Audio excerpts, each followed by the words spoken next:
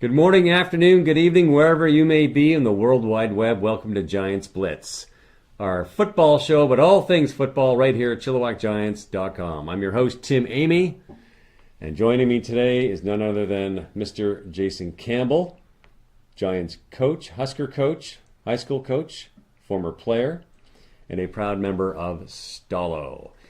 Now, every sports franchise or team has a nickname. There's the BC Lions, Miami Dolphins. However, some nicknames in this day and age are proving to be more than a little offensive. Most notably, names such as the Washington Redskins, Edmonton Eskimos. In baseball, there's the Cleveland Indians, the Atlanta Braves, hockey, the Chicago Blackhawks. So Jason, of course, as a proud member of Stalo, is here with us today to discuss this very topic about sports nicknames, First Nations representation in football, and the controversy surrounding. So let's start off with a very simple question. Washington Redskins, there was an informal poll taken last year about is it offensive? And the overall consensus coming back was no, it wasn't. That was not a scientific poll. They just sort of threw it out there.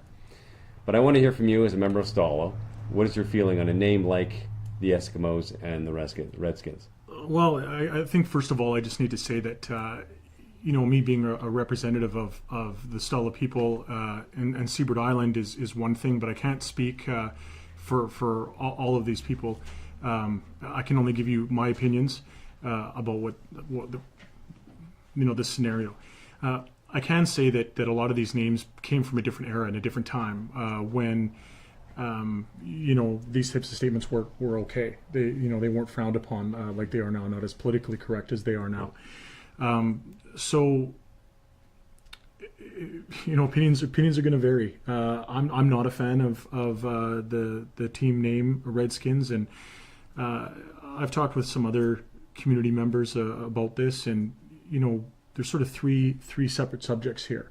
There's team names, there's the mascot situation, and then there's the logo situation. Like if we were to include the Seahawks in that mix as an example, so that's an Aboriginal art form based logo. So is that offensive? No, but it's another topic. Right. Okay.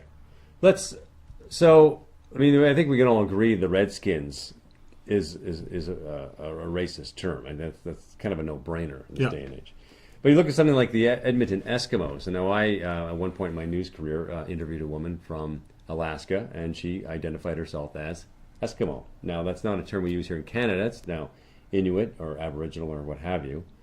So I guess the issue is it's not as cut and dry as people think. The Cleveland Indians went to the World Series last year, and they have the logo of the, I can't even remember how people described it, the little cartoon image of a First Nation caricature. person. It's a cartoon caricature. Of an Aboriginal person. Yeah. And there's talk now that that should be gone, and they should, change their name.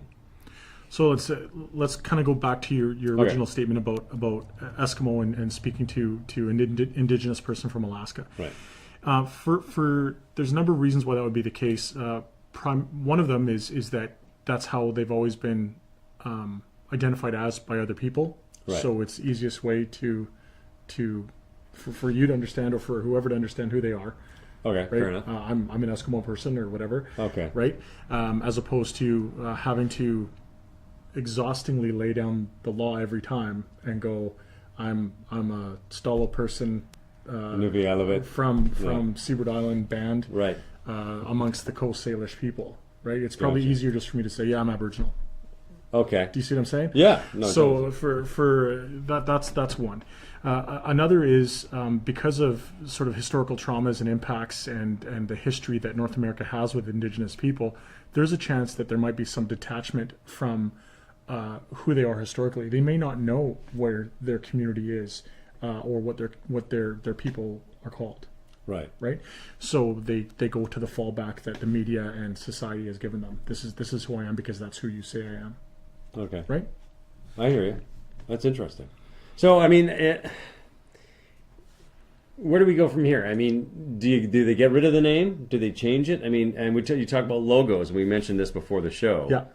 the Washington Redskins, it's a racist name, but their logo, if you look on the helmets, is actually quite striking. I mean, I find it quite, an amazing logo, like aesthetically to look at. It's brilliant. Yeah. So do you change the name, get rid of the logo, let that die? I mean, it's.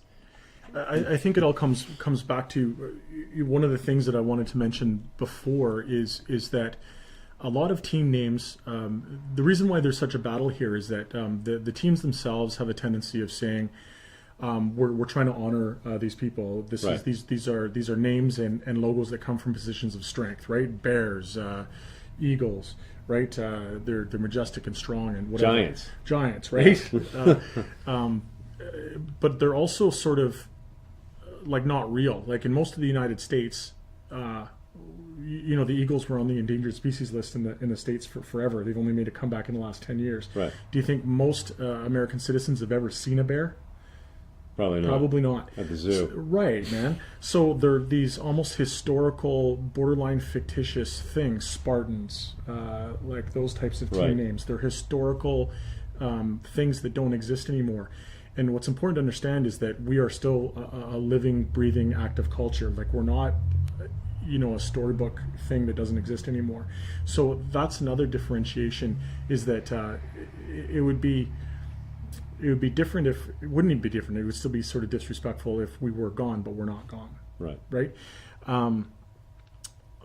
So where did the names come from, and what was the original intent? So we talk about, I mentioned the Seahawks again. So that design, as an example, the Seattle Seahawks, first of all, Seattle's named after Chief Seattle, right? Okay. Second of all, I don't know where they got the original design. I don't know if it was an Indigenous artist that provided that design for them. And so I don't know if there was permission asked and given. My guess is they probably got that original design from an Indigenous person. Right. But the same goes for all the rest of it. So is that design representative of the group from that area? So we talk about Chicago Blackhawks as an example. Did the people in that area dress or look like that? Okay. So is it representative of the population of people that inhabited that area originally? If you really want to, if you're trying to bring honor and respect to that group of people, are you representing their image correctly? Right. Okay. If you want to be the Chicago, some sort of Indigenous name, pick a name from that area. So as an example here, if you want to be an Indigenous name, call yourself the Stalo, or pick one of the reserve names with their permission, obviously, Niskalkale or Yuccacuyu or Squayala, or one of the local bands. That's how you get away from. There's a difference between a name assigned to somebody or the name that's been given to set forward. Right.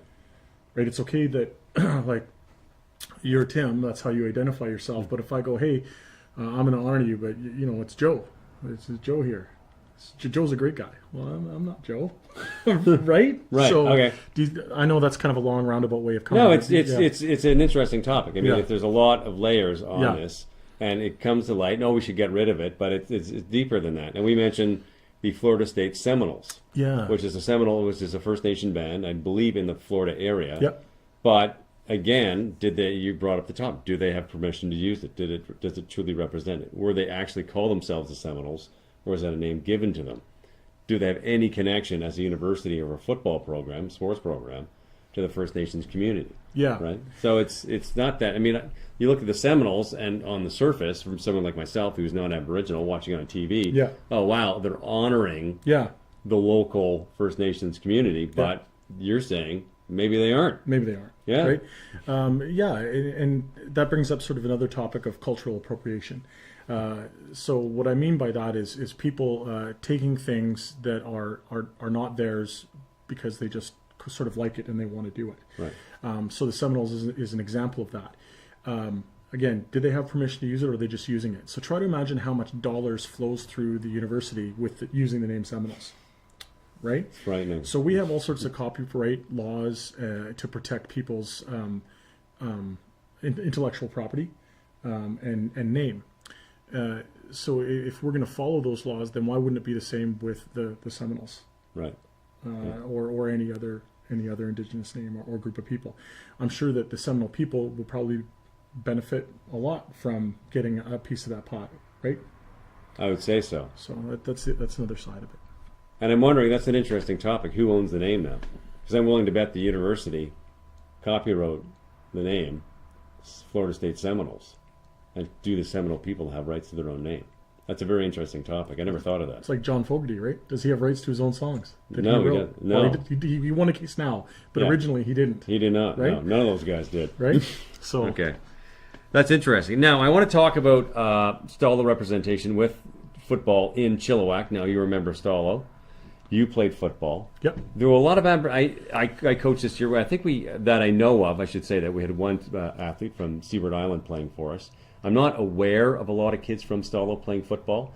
Is there a disconnect with the game somewhere? Is it just because I understand a lot of kids that want to play lacrosse? And of course, the First Nations people invented lacrosse, and it's effectively their sport. Yeah.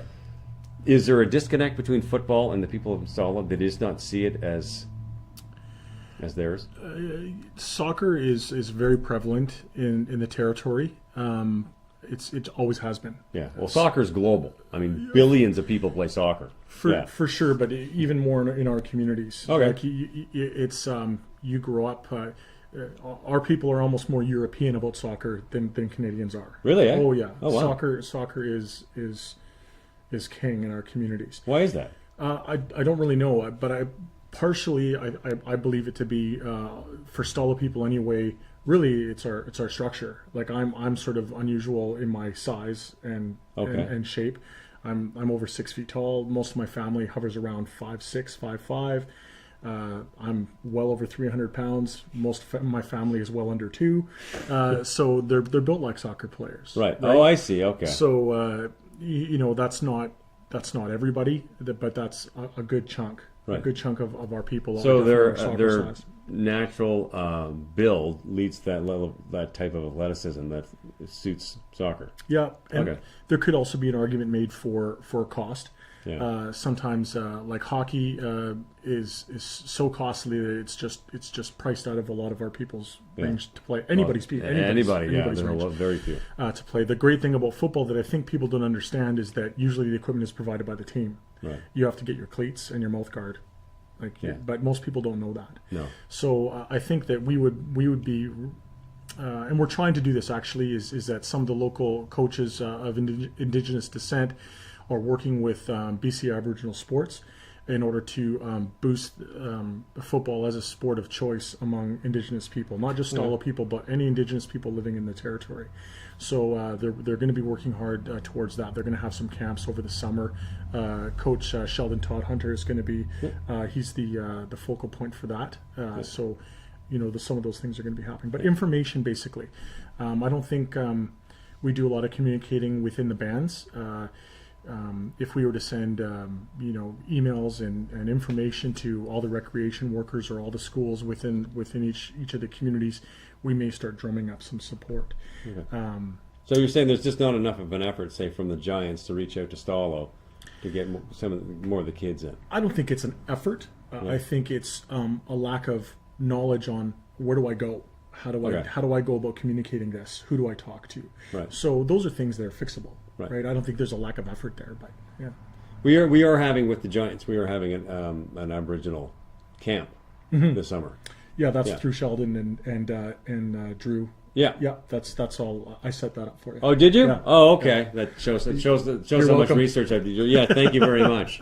Thank you very much. No, it's because you always want to attract so many kids, and it's just I find it odd that we're surrounded by all these bands, and so few, as far as I know, play football. But I mean, again, they just may not identify with, Well, the people that you do get, I've noticed have been standouts. Like I believe the young man you're talking about is Crystal Chapman's boy.